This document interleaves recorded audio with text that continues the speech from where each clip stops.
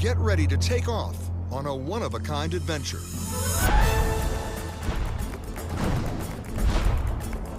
You've never been on a journey like this, or traveled to a country the way we're going to take you. It's a land with a mysterious, mystical past. And if you think you know this place, prepare to be surprised. With incredible natural wonders and a vibrant mix of color, culture, and music.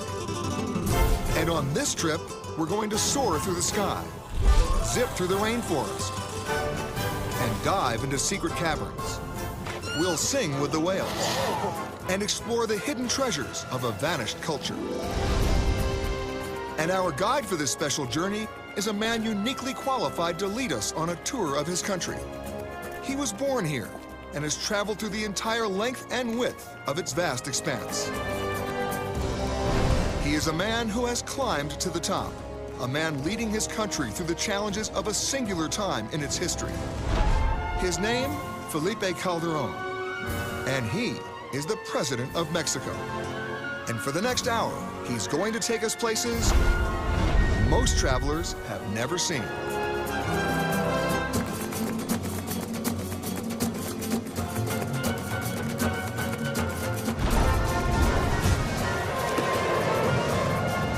This is Mexico, the Royal Tour.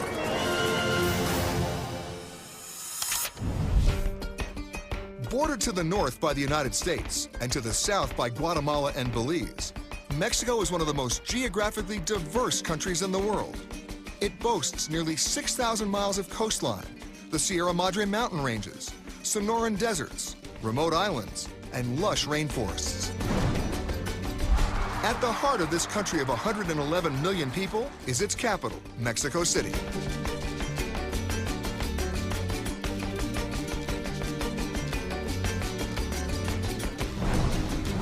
I'm Peter Greenberg, and Mexico City is where I began my tour.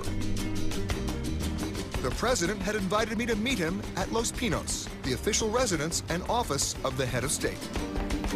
Los Pinos, or the Pines, is nestled inside Chapultepec Park at the center of Mexico's federal district.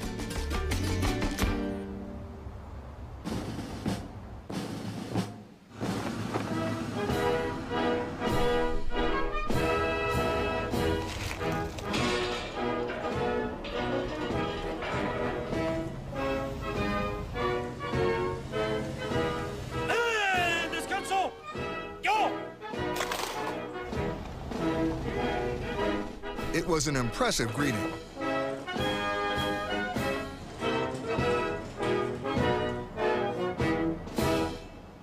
Perhaps even more impressive, the president had cleared his schedule to take me on a 5-day, intense, non-stop adventure throughout Mexico. Thank you. Mr. President. Hello, Peter. A pleasure to receive you here. And thank you for having me in Mexico. Welcome. I'm looking forward to our journey. This is quite an impressive building. Yes. These days, no visit to Mexico can avoid a serious conversation about the current state of affairs. In the past, it might just have been about immigration issues. Today, it's about the deaths of tens of thousands of Mexicans in a tragic war between drug cartels. And that war has become topic A. So we sat down in President Calderón's library for a frank discussion. Well, I've been coming to Mexico since I'm 21 years old, and I still only know this much about it. And yet, so many of my own friends have a perception of Mexico as just being a dusty border town, people wearing sombreros, all these terrible stereotypes. And even when I came down here to see you, what were the 2 words they told me? Be careful. Oh, yeah. Right? Not a surprise to you to hear that. No, not a surprise. Unfortunately, we need to change the perception about Mexico outside. But it is not an easy perception to overcome. This is the Mexico most foreigners see on television. It started when drug cartels declared war on each other. Then Calderón decided to tackle the organized crime problem head on. Now, many say they're afraid to go to Mexico. But let me tell you that the problem of violence is more related with the battle between one gang to another. It's drug trafficking related. It's not related with tourists, for instance, and that is very important.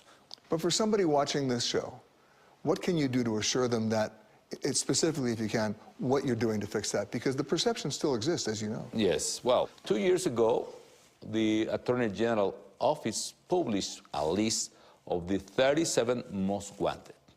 We have ceased, or there are out of business, 20 out of those 37. So more than a half. While exceedingly few Americans have died at the hands of the drug cartels, the fatality numbers among Mexicans remain shocking.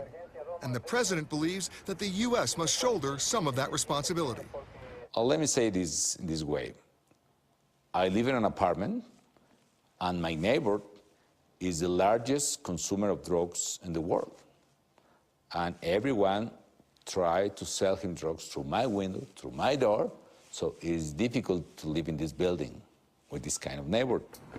Not only do Americans buy billions of dollars of illegal drugs from the Mexican cartels each year, Americans also sell the weapons that the cartels use. We seized more than 90,000 guns and weapons. 50,000 or those are assault weapons, and 90% of those assault weapons are sold in the United States. So, and then come across the border. And then come across the border. The Calderon government has enjoyed unprecedented cooperation and intelligence sharing with the Obama administration. And together, they've made great strides in combating the cartels. And much of that success is due to this: a new, underground, highly classified, high-tech intelligence bunker in the center of Mexico City, where the entire country is put on a grid and monitored 24/7 by 1,800 agents. I can tell you, Peter, that Mexico has the state-of-the-art in terms of technology fighting criminals. You got the idea for that almost from a television show. Well, I was telling some advisors what exactly I wanted in order to improve our effort fighting organized crime. And it was very difficult to me to explain what I needed. I said, have you ever seen this TV show, 24, with Jack Bauer and so on? Well, I want all the instruments of this guy. You want all the toys? Yes. Well, all the instruments, and I got it. It's effective, let me tell you. It is a battle Calderon is committed to continue. A fight to rid his country of the violence caused by the drug gangs. And at the same time, to repair the social fabric of his people. And to change the perceptions of his country by the outside world. One common misconception is about the size of Mexico. Many believe the drug violence is widespread. But in fact, the drug wars are concentrated mostly in very specific northern parts of what is an enormous country. I'm amazed at how big your country really is. Yes, it's really big. So could you imagine that between Tijuana and Cancun, it's like the distance between Washington, D.C. and Las Vegas, for instance? It's a big country. We're about to cover a lot of ground, aren't we? A lot of ground, yes. So what do you have planned for me? A lot of surprises, you will see.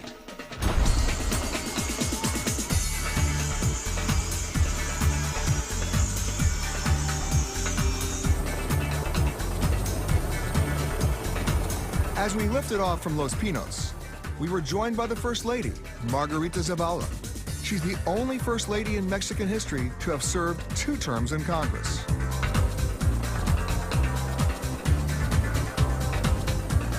Our first stop on the royal tour, the state of Chiapas, in the southern part of the country.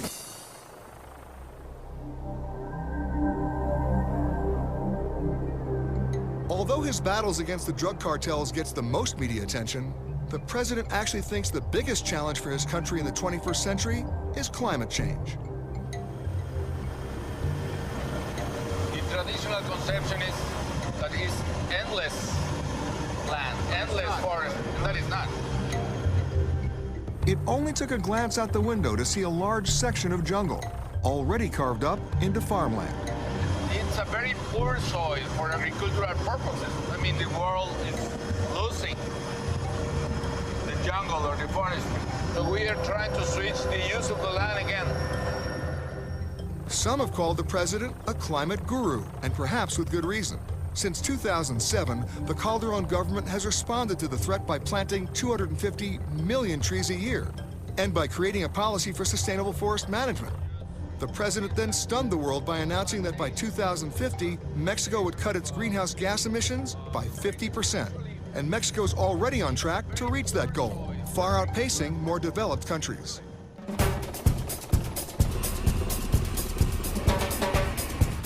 Peter, we are landing at the jungles of Chiapas.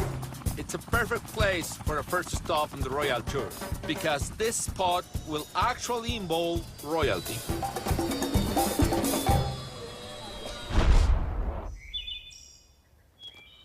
Peter, this is the marvelous city of Palenque.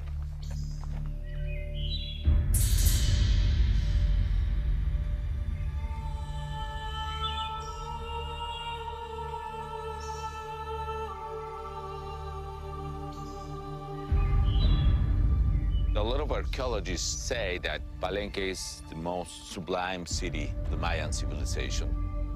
By the 8th century AD, Palenque covered about 50 square miles. Today, thousands of structures remain covered by jungle.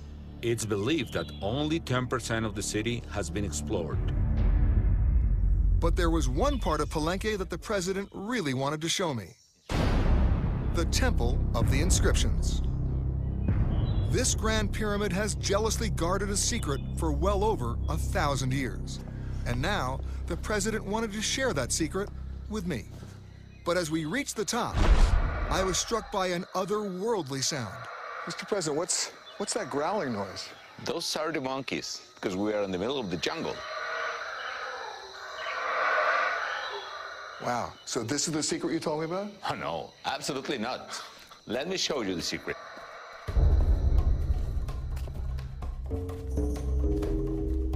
Come on in. And what better way to a secret than a secret passage? Let me tell you that this stair was hidden during centuries. This stairway remained blocked for almost 1,400 years, until 1950, when Mexican archaeologist Alberto Ruz removed a stone slab, which then revealed the path to an amazing discovery. Okay, come on, Peter. We are almost there.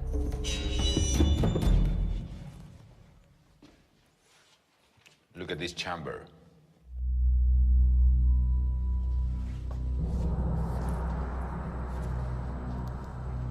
Wow.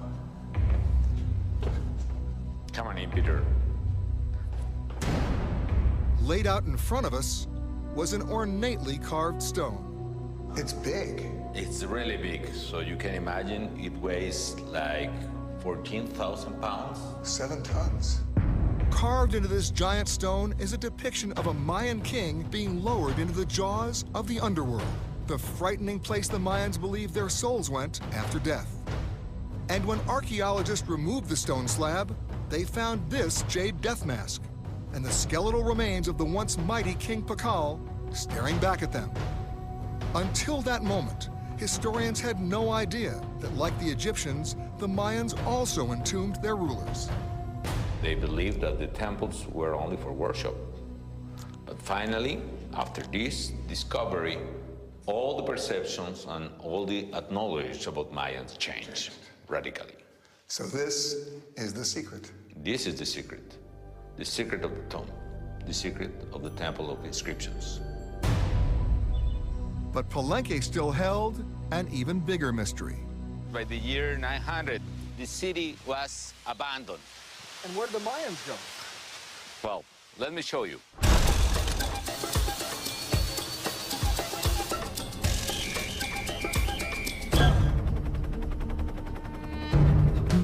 Why the great Mayan cities were abruptly abandoned remains one of the great mysteries of archaeology.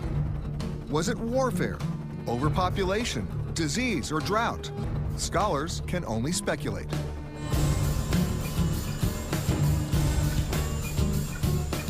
But what the president was about to show me is that the Maya are still around.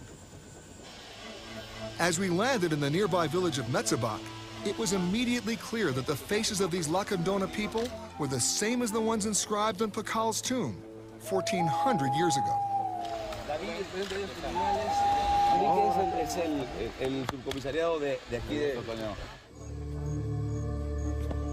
Peter, here on the river, we can learn more about the ancestors of the Lacandones.